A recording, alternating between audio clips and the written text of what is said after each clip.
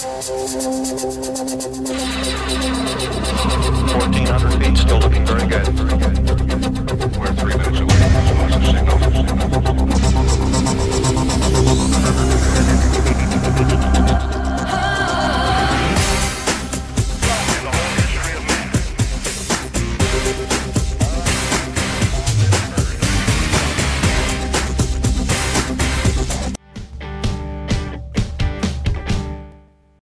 Les génocides juifs et tziganes.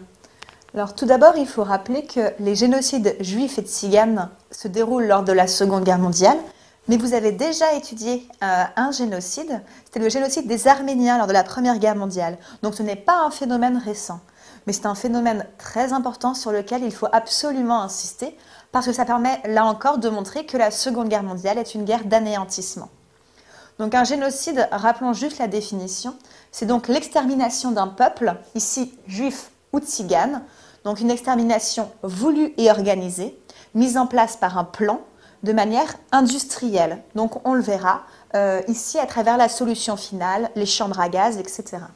Pour résumer, nous pouvons voir que les génocides juifs et tziganes, donc là encore rappelez-vous de la définition de génocide, sont donc liés à 3 choses. Donc tout d'abord, c'est une extermination liée à l'idéologie nazie.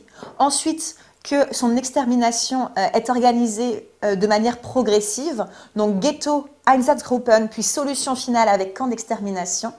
Et enfin, ne pas oublier les victimes.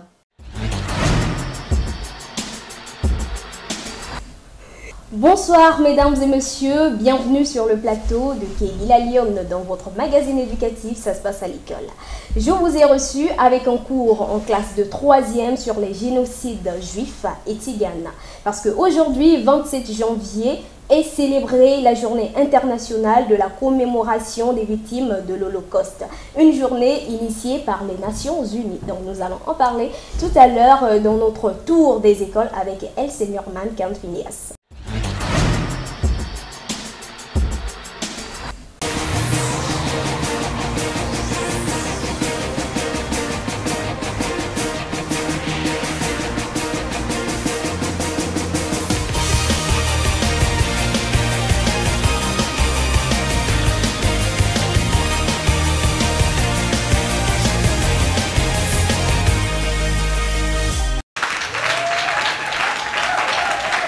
Mesdames et messieurs, chers téléspectateurs, l'ambiance est électrique ici au Centre d'information des Nations Unies. Vous l'entendez sans doute derrière moi, l'ambiance est électrique, chers téléspectateurs.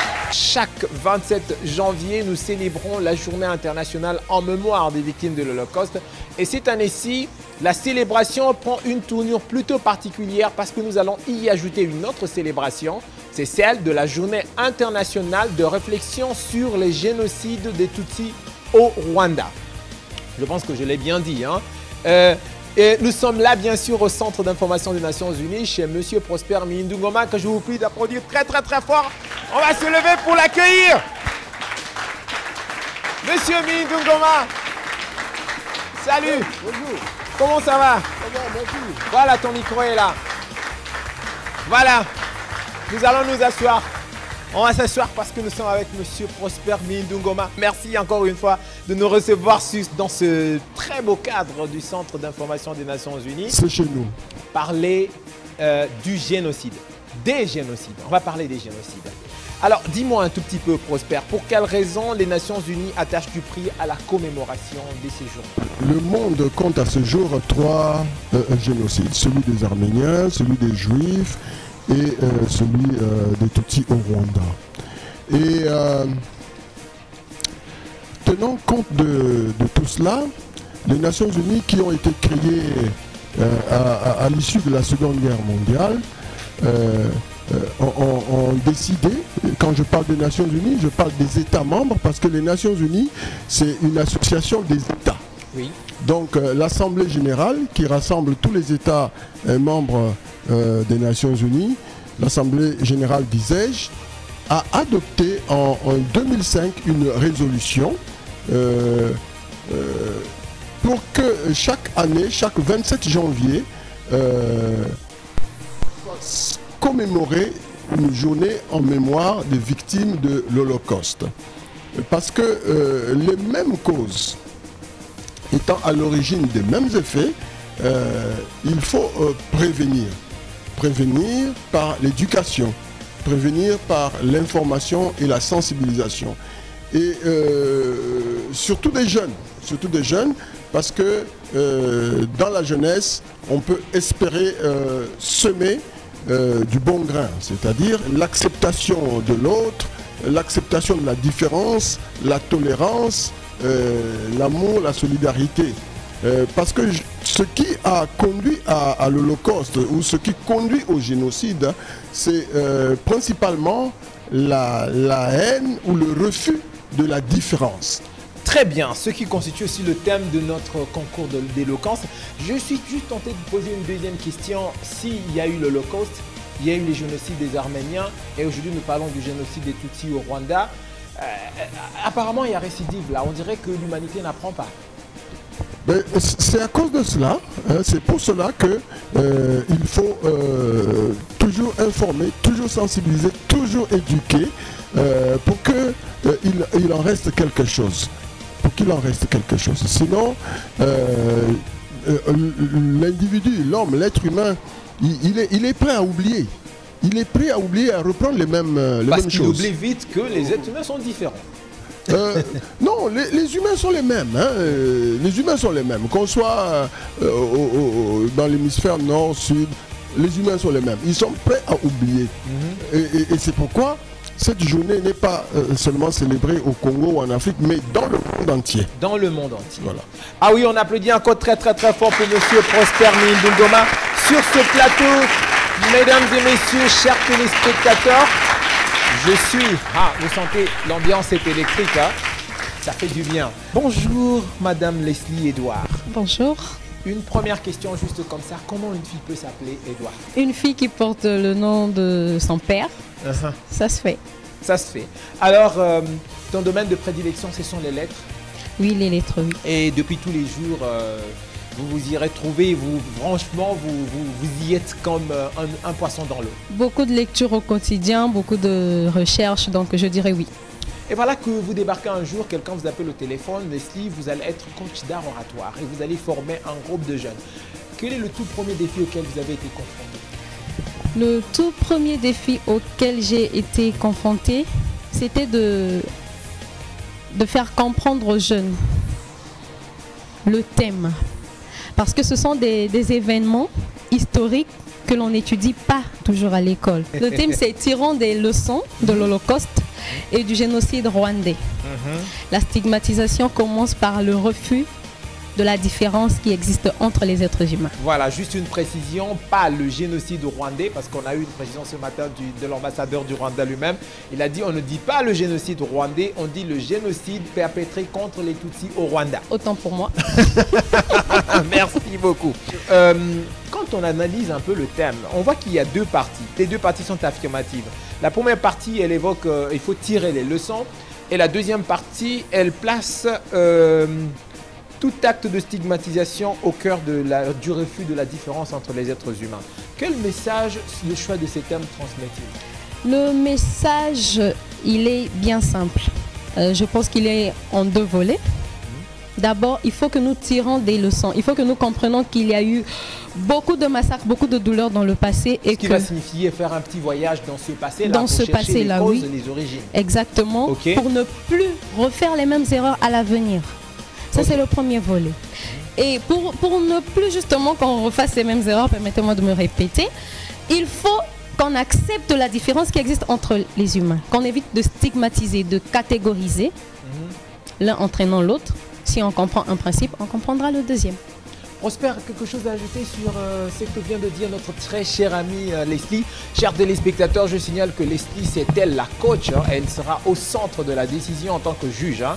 Et les jeunes ont déjà peur d'elle parce qu'ils disent que non, voilà, elle est trop rigoureuse. Hein. Ouais, c'est très bien déjà, c'est ce que nous voulons alors, Prosper. Un petit mot. Puisque nous n'avons pas la même couleur de peau, ça peut être un sujet à discrimination.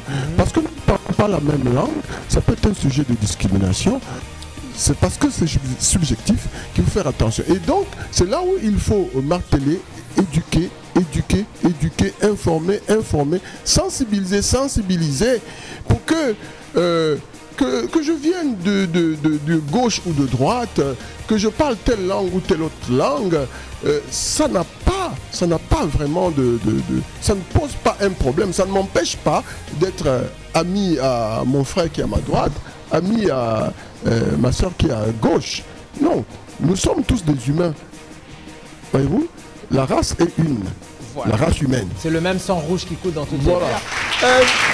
Chers téléspectateurs, cette activité n'aurait pas été un succès, cette émission n'aurait pas été un succès si la plus ancienne des organisations estudiantines ne s'était pas impliquée. Prosper, est-ce que tu as été membre de l'ULECO à ton temps? Non, lui n'était pas syndicaliste. D'accord. L'Union libre des élèves et étudiants du Congo, c'est l'association estudiantine avec laquelle nous avons choisi de travailler cette année-ci. Je rappelle que l'année dernière, c'était le rassemblement des chefs d'éclat des élèves et étudiants du Congo. Et cette année, nous avons changé. Nous avons touché la plus ancienne des associations, représentée ici par le secrétaire national à l'enseignement secondaire, Monsieur Jancy Elinga, que je vous prie d'applaudir très fort. Salut Jancy. Comment vas-tu? Non, je vais bien, monsieur le journaliste. Tu es au lycée? Non, je suis en master 1 à la faculté de droit. Mais comment se fait-il qu'un étudiant en master 1 s'occupe des écoles secondaires? Est-ce que dans l'ULECO, il n'y a pas de compétences au niveau secondaire qui peuvent s'occuper d'eux-mêmes? Oui, bien sûr qu'il y a les compétences, mais vous savez, l'ULECO a ses statuts et règlements intérieurs. Dans ce contexte, je dirais que nous avions un article qui dit que celui qui peut gérer l'enseignement secondaire des élèves, c'est doit être une personne qui est déjà à un niveau du master ou de la licence. Moi, par contre, je suis le secrétaire national chargé de l'enseignement secondaire et au niveau du lycée, cette organisation est gérée par le coordinateur départemental chargé de l'enseignement secondaire. Qui est lui quelqu'un du lycée? Bien, il est aussi à l'université. Il est au lycée. Quand vous avez été contacté pour être la principale organisation au centre de l'organisation de ce concours d'éloquence, vous avez tout de suite dit oui. Dites-nous un tout petit peu, quel est l'objectif? Qu'est-ce qui vous a motivé à accepter ce partenariat et vous espérez atteindre quoi à la fin de cette activité? Oui, merci beaucoup, monsieur le journaliste. Il me semble que quand l'ULECO a reçu l'appel de cette activité, nos émotions étaient déjà, parce que vous saviez, on dit souvent que la grandeur d'un édifice ne dépend pas seulement de la hauteur de ses murailles, mais à l'auteur de ceux qui l'animent. Donc, il me semble que compte tenu de cette activité, votre fondation, en tout cas, a été la bienvenue à notre gare. Parce que c'est des activités qui se font rares dans notre vie, dans notre pays. Donc, avec une telle activité, j'espère que c'est vraiment la bienvenue pour les élèves étudiants du Congo, sous prétexte ULECO. Voilà, la compétition, chers téléspectateurs, c'est un concours d'éloquence. Combien de lycées sont représentés? Nous avions 8 lycées qui se sont présentés à ce concours. 8 lycées qui sont présents à ce concours, ce qui suppose à peu près 80 000 téléspectateurs directs qui vont suivre ce programme. Et 8 lycées, 12 candidats, 12 ou 24 candidats? Nous avons 24 candidats. 24 candidats, chers téléspectateurs, des garçons comme des filles. Des garçons comme des filles, tout à fait. Le respect du genre et des rigueurs à l'ULECO, 12 filles contre 12 garçons. J'aimerais bien qu'on remette le micro à Leslie. On va lui poser un tout petit peu une question, madame la juge principale, coach. La compétition va opposer les garçons contre les filles au premier tour. Pourquoi n'avoir pas fait filles entre filles, garçons entre garçons? Vous savez, depuis des années, il y a un mot que moi je n'aime pas, c'est le mot féminité. Quand on cite le mot féminité, on énumère beaucoup de principes que personne ne respecte. Personne. Donc, si on a voulu mettre les filles contre les garçons, c'est pour prôner l'égalité des chances des deux genres, parce que c'est une évidence. Il y a un cerveau dans chaque tête.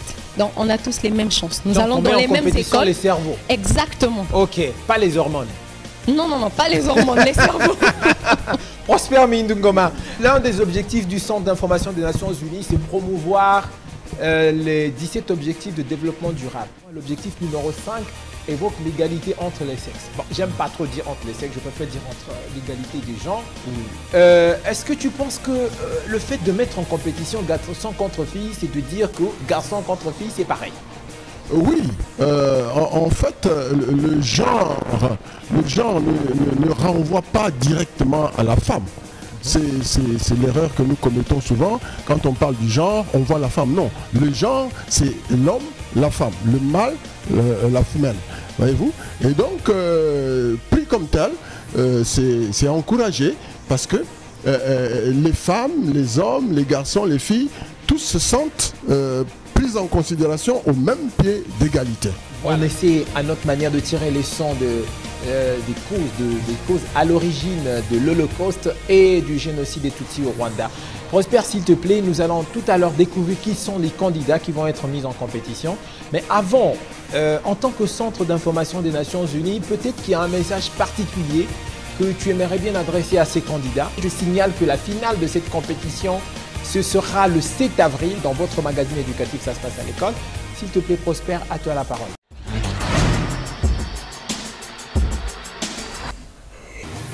Pendant la Seconde Guerre mondiale, ce que les Juifs ont vécu en rapport avec la politique du nazi qui visait à les détruire, à les éliminer complètement, a fait penser à un holocauste, c'est-à-dire à un sacrifice. Il fallait quelque chose qu'on sacrifie. On appelle cela aussi Shoah. C'est en fait le génocide du peuple juif pendant la Seconde Guerre mondiale. Et les causes, vous les savez certainement, parce que à l'école, peut-être au niveau de la terminale, on en parle. Mais il s'agit principalement de la haine de l'autre, la haine de l'étranger, la haine de celui ou de celle qui ne me ressemble pas, qui n'a pas la même culture que moi, qui ne fait pas les choses comme moi. Donc la xénophobie, la haine de l'autre, de l'humain, de l'étranger. Et aussi parfois, tout cela est nourri par des rumeurs. Hein. On peut venir vous dire quelque chose sur quelqu'un, sur une communauté, sans vérifier, vous y croyez et vous vous mettez en action. Et en fait, c'est tout cela qui a alimenté la politique nazie à l'endroit des Juifs pour les conduire à mettre en place les camps de concentration, les chambres à gaz, les camps de travaux forcés. Toutes ces choses-là participaient d'une politique décidée à dessein pour éliminer une communauté. Voilà le génocide. Mais l'histoire nous montre que ça ne s'est pas arrêté seulement à la Seconde Guerre mondiale. Ça s'est poursuivi récemment, en 1994, au Rwanda, où l'on parle du génocide des Tutsis. C'est pourquoi il faut qu'on revienne à soi-même et qu'on se pose la question, mais qu'est-ce qui nous oppose tant? Qu'est-ce qui fait que l'homme devienne un loup pour l'homme? Pourquoi? Alors que nous sommes tous des humains, nous sommes tous de la race humaine. Peut-être que c'est un manque d'éducation, peut-être que c'est un manque d'information, peut-être que c'est un manque de sensibilisation. C'est pourquoi il y a lieu que nos esprits s'ouvrent à l'autre. Que nos esprits comprennent que dans l'univers, dans le monde, il n'y a pas qu'une seule communauté, il n'y a pas qu'un seul peuple, il n'y a pas qu'une seule culture. Les cultures sont nombreuses, les peuples sont nombreux, les communautés sont nombreuses, les nations nombreuses, donc il y a lieu de composer. Si l'on comprend cela, certainement que ça va réduire l'intensité de tous ces phénomènes que nous vivons dans le monde. Et à un degré moindre, on peut retrouver ça dans nos communautés nationales, dans les États, dans nos pays. À un degré moindre, on peut retrouver ça, des communautés qui se haïssent, parfois pour des raisons qui n'en sont pas, qui n'existent pas. Voyez-vous? Mais si vous comprenez cela, en tant que jeune, ça peut vous permettre, vous, d'orienter ou d'aider quelqu'un à côté de vous pour lui dire non, tout ce que vous voulez faire, ce n'est que des bêtises, hein, vous rentrez dans une erreur, laissez tomber ça. Voilà donc ce que je voulais partager avec vous d'ores et déjà pour que quand vous aurez à défendre votre thèse, vous teniez compte de ces causes et les conséquences. Vous savez que c'est la destruction, c'est la haine et il n'y a pas de progrès. Vous ne pouvez pas progresser si vous ne tenez pas compte de ma présence. Parce que je peux vous apporter ce que vous n'avez pas. Et vous pouvez m'apporter ce que je n'ai pas. Ces phénomènes-là que nous constatons dans l'histoire sont aujourd'hui présents au quotidien dans ce que nous pratiquons. Regardez les réseaux sociaux. Regardez Internet, Facebook et que sais-je encore. Tous les messages qui circulent sur l'antisémitisme, sur la haine de l'autre, il faut faire très attention. Il faut faire très attention. Si vous êtes avisé, vous comprendrez que là, il y a un piège, là, il y a un danger. Et en tant que jeune, vous pratiquez ces réseaux sociaux. Vous les fréquentez. Et attention donc à ne pas alimenter ce jeu de la xénophobie, ce jeu de la haine de l'autre, ce jeu de la discrimination, de la stigmatisation à travers ces instruments que la science met à notre disposition. Voilà.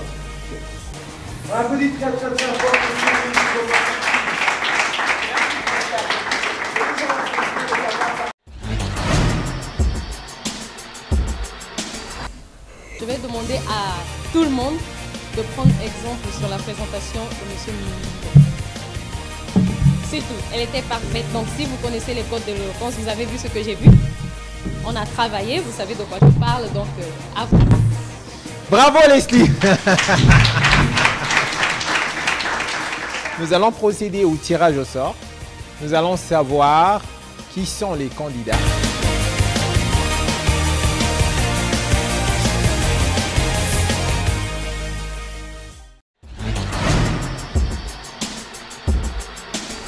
Chaque 27 janvier, les Nations Unies célèbrent la commémoration des victimes de l'Holocauste. Donc c'est à cette occasion que ça se passe à l'école, organise ce concours.